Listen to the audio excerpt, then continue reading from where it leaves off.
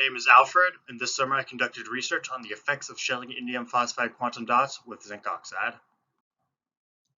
Quantum dots are semiconducting nanocrystals that use energy from light to promote electrons to higher energy levels.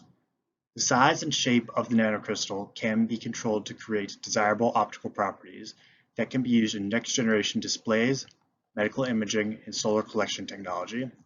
Currently, one of the best performing and most researched quantum dots is cadmium selenide, which contains cadmium, a toxic metal.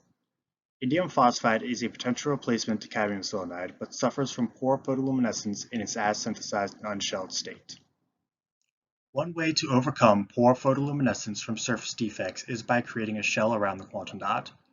We are shelling with zinc oxide to control for oxidative defects inherent to indium phosphide and using this data to determine what effect the zinc oxide monolayer will have on indium phosphide-based quantum dots' optical properties. Ideally, this will passivate the surface defects which give rise to energy trap states. Traps are energy states within the bandgap of the semiconductor which result in detrimental optoelectronic properties. When considering appropriate shelling material, it is important to choose a material that has a high bandgap energy to not introduce new trap states, and a material with a low lattice mismatch to minimize strain at the core shell interface. Zinc oxide has a relatively large bandgap of 3.3 electron volts and a lattice mismatch of around 10% with indium phosphide. After shelling with zinc oxide, we'll be shelling with zinc selenide sulfide, a well-known shelling material which is ideal for a controlled experiment. I performed multiple experiments with indium phosphide zinc oxide that all followed these general protocols, using different oxygen precursors and injection methods for separate experiments. After successfully shelling an indium phosphide quantum dot with zinc oxide, the trap state emissions that you can see between 650 and 800 nanometers in Figure 3 decreased significantly. The maximum emission at around 600 nanometers also increases.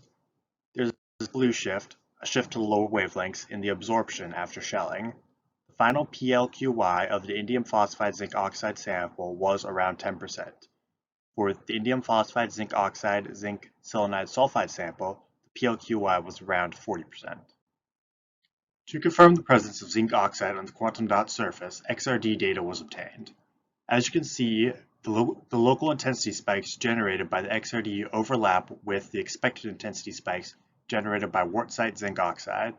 There's little overlap with spikes generated by indium phosphide, but this is expected since more zinc oxide was added than indium phosphide. To obtain further information, the sample was analyzed by transition electron microscopy (TEM) imaging. The TEM images revealed a highly visible lattice pattern that you can see in Figure 6. The lattice has a constant of 2.7 angstrom, consistent with the -100 plane of quartzite zinc oxide. You can also see there is a heterogeneous population of quantum dots in the sample. The sample's average diameter is 6.9 plus or minus 4.3 nanometers, with most samples falling between 1.5 and 2 nanometers in diameter, suggesting that separate zinc oxide particles and unshelled indium phosphide quantum dots formed. To control for this, size-selective precipitation was formed, which resulted in an average diameter of 4.9 plus or minus 1.8 nanometers, suggesting that the larger particles were removed from the solution by the size-selective precipitation. After shelling indium phosphide quantum dots with zinc oxide, the sample showed a blue shift in their absorption and an increase in the PLQI from less than 1% to around 10%. The best results were obtained by slow injection of diethyl zinc and water to achieve a unit cell layer around the indium phosphide core over 1 hour.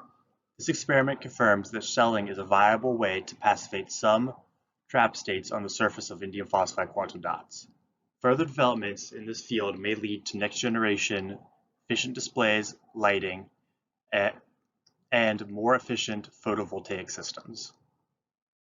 I would like to thank all of these people, with special thanks to my primary instructor, Dr. Corsert, my mentor, Nyan Park, and the Material Research and Engineering Center funded by the National Science Foundation.